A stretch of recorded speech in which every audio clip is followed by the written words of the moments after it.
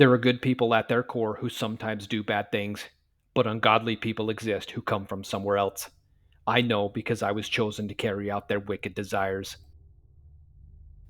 That was the first thing 47-year-old Sam Caldmen told Interpol investigator Aaron Prestbury when he was finally caught inside Beaumaris Castle in Wales on December 31st, 1999. For more than a decade, Aaron had been investigating the same modus operandi, brutal crime across Europe, believing they were committed by the same person. For years, he thought he was tracking something so vile it couldn't possibly be human. This is a recorded conversation that took place between them. Aaron, this can't be real. I was beginning to think you were a ghost or some kind of creature sent here by Lucifer himself. I've spent the last decade of my life hunting you. What the hell are you? I don't believe you're human. No one does to people what you've done.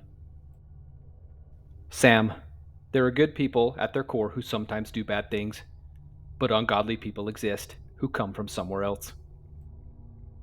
I know because I was chosen to carry out their wicked desires. I call them the Nefastus, and they're everywhere. I've come to believe most of them don't even know who or what they are. To them, being what they are is normal. I've encountered a select few who did know, and also knew who and what I am. These are the most dangerous ones. They used me for a time until I was able to deceive my way out of the situation. I can never pick them out of a crowd, and there's no way to identify them. I only know by their thoughts, but then it's too late. Do you think all men who savagely kill others with their own hands do it of their own accord? I've often wondered if I can retaliate, but I don't always know whose thoughts are whose. I never wanted this or asked for it. I remember the day it started. I was 8 years old when I discovered I could hear people's thoughts, but not just any thought, only people's genuine desire to kill someone.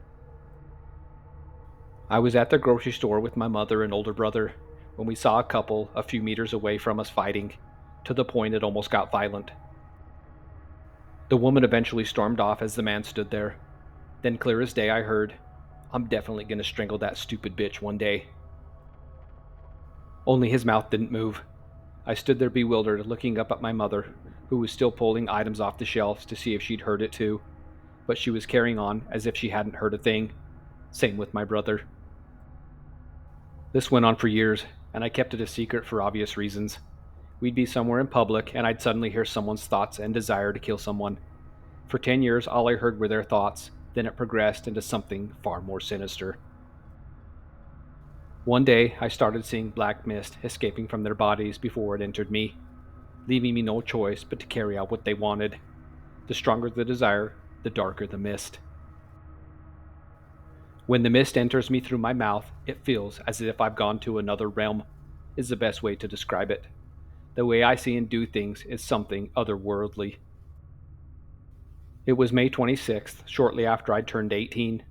I was at the Wales football game with my brother and father watching them play against Denmark when I needed to go to the toilet as I'd had a few pints before the game started.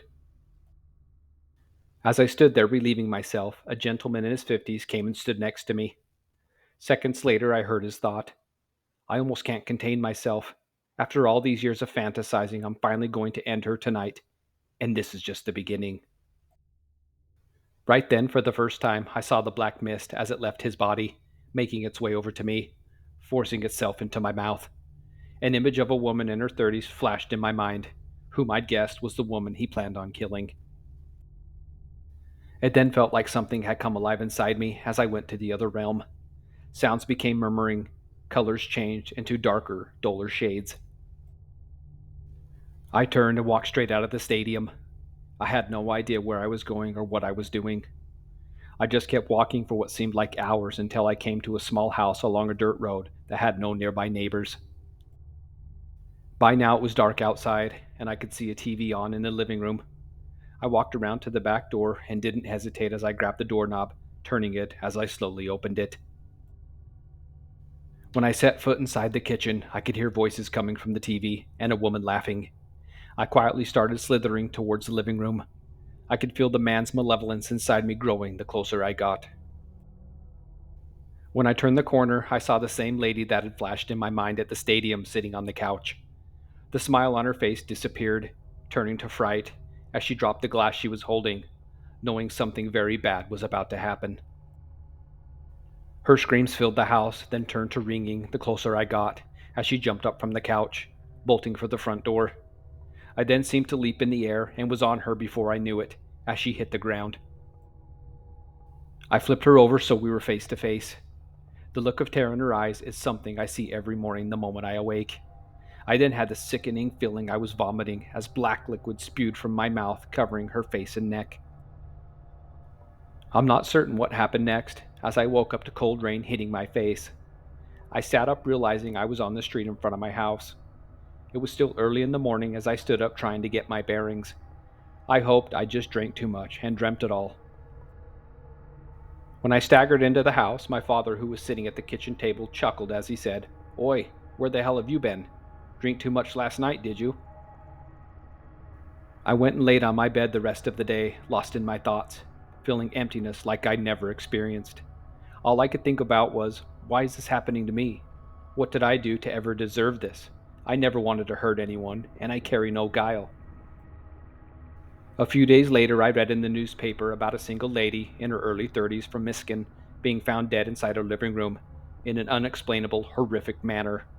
No other details were given, but I knew it was me who killed her. It was then I realized whatever this thing was I'd been cursed with, it had now turned deadly. What scared me the most was, it wasn't a matter if it was going to happen again, but when. Several months later, I started working at a local factory and was going about my business when I heard the shift manager loudly scolding one of my female coworkers in front of everyone. As he walked off, she just stood there, her eyes fixated on him. I then heard her thought, "I'm going to kill that bloody bastard one of these days." I whispered under my breath, "Oh hell, not again," as I saw the black mist coming out of her towards me. My instinct was to run, but knew it wouldn't matter. Whatever this was something I could never escape. Like before, I felt something inside me come alive, and the world around me changed, but I calmly continued working.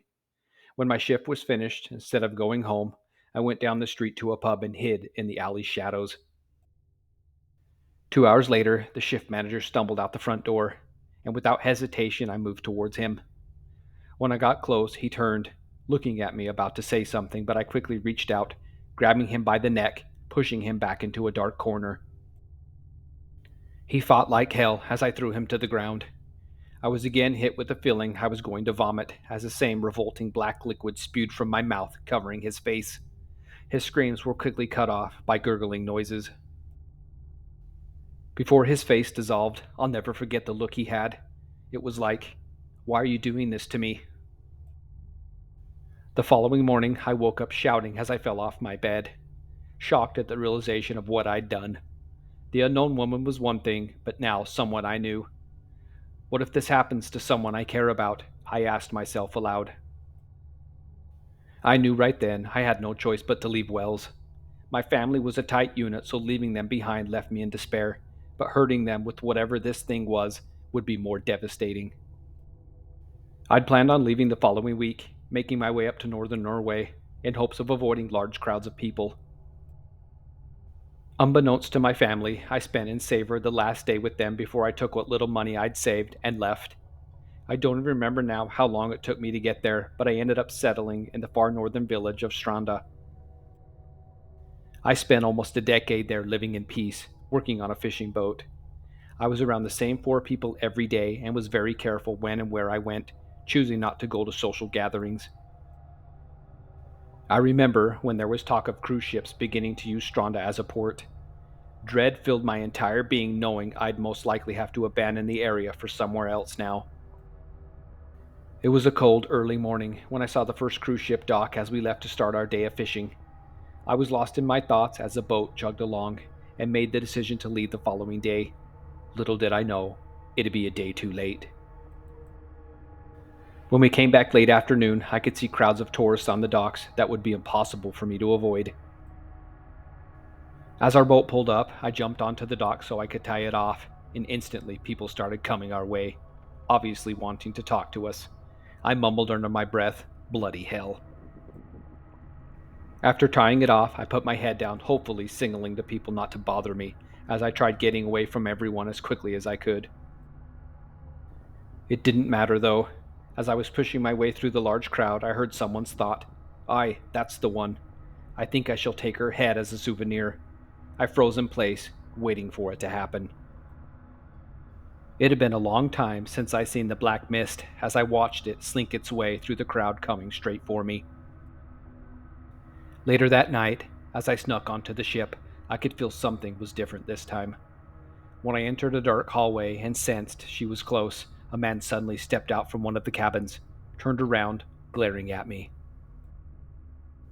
The look in his eyes was a look no man had ever given me before.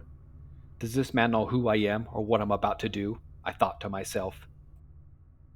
I'm not sure how long we stood there staring at each other before he smirked, then quickly turned and walked out of sight. I continued down the hallway until I came to the cabin he'd just come out of and stopped. Behind the door was my next victim. My mind was scared and racing. Even though I can't control my body, my mind functions normally. As I opened the door, I couldn't believe what I was seeing. The room was literally turned upside down, and there on the ceiling, sprawled out like a bird spreading its wings, was the lady I was supposed to kill. She was dismembered, but the pieces were put back together like some sort of a sick, morbid jigsaw puzzle. Like before, I woke up later back at my small house. I didn't waste any time quickly packing what I could carry and left without looking back. I'll never know for sure who the man was, but maybe he's just like me and happened to be on the dock in the same crowd as me that day. I spent the next 16 years roaming around Europe, Russia, and even Mongolia like a vagrant in hopes I'd somehow wind up dead, but here I am. I'm not sure how many people I've killed. I stopped keeping track years ago.